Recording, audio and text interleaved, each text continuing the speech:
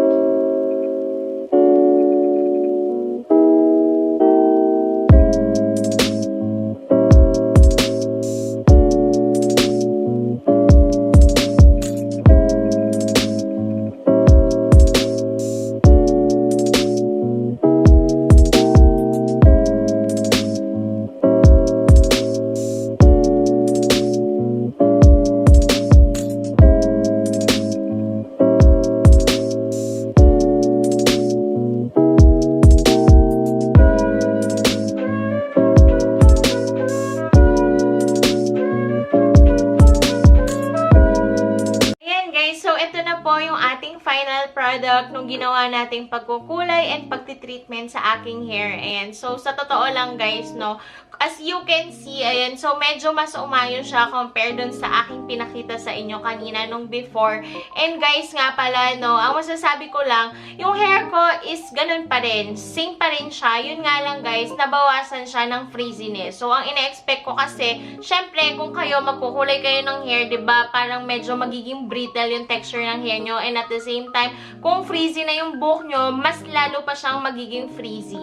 Pero dahil nga po, sinamahan natin siya nung semi-Lino, ayan, so hindi siya naging ganon. Hindi siya naging ganon ka-frizzy. Medyo naging mas softer siya ng konti, pero hindi naman yung as in sobrang soft. Ayan, so parang medyo okay lang. Kumbaga, parang na-prevent lang niya yung pagdadamage sa aking hair. Pero ayan, so titingnan natin sa mga susunod na araw kung hindi nga ba na-damage ang ating hair. And so, syempre, ngayon, bago pa lang, bagong treatment, kaya yung nafe-feel ko is sobrang lambot niya. Ayan, so sobrang dulas talaga ng semi-Lino nung binabanlawan ko siya.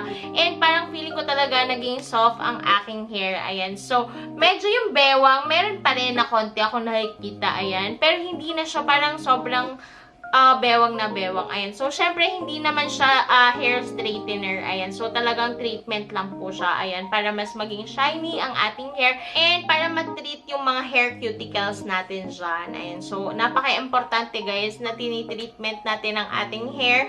Especially guys, kung medyo buka na yung parang pinaka-cuticle ng inyong hair. Ayan. So, dyan nagsisimula yung pagiging parang mabuhaghag. Dyan nagsisimula yung pagkakaroon natin ng mga split ends, ng hair damage. Ayan. So, napaka-importante na tinitreatment natin ang ating hair. Ayan. So, sana nga lang, no, makapag-share pa tayo ng maraming hair tips. Ayan. So, I am looking forward, guys, na makagawa ko ng mga hair treatment sa aking channel. Ayan. So, mag-comment down below kayo kung gusto nyo na makapag-try ako ng iba't ibang klase ng treatment. Ayan. So, sa ngayon kasi, is tinesting out ko muna po itong aking pagkukulay ng buhok and pag-apply po nung semi-Lino. Ayan. So, this is my first time na gumamit ng semi-Lino and sobrang nagustuhan ko siya. Ayan. So, feeling ko, guys, ito yung gagamitin ko na hair treatment sa aking hair. Ayan. So, semi-Lino na to kasi ni-refer po siya kasi sa akin ng isang hairstylist. Ayan. So, sabi naman niya, hindi naman daw ganun ka-damage ang hair ko. So, buka lang daw talaga yung mga cuticles kaya mukha siyang buhaghag. Ayan. So, I think, guys, that's all for today. And please like, share, and subscribe on my YouTube channel kung hindi ka pa nakasubscribe sa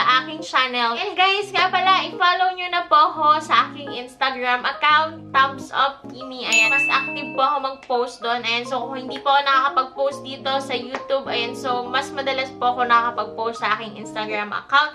And kung meron kayong katanungan, ayan, just comment down below. And ayun lang. I'll see you on my next vlog, guys.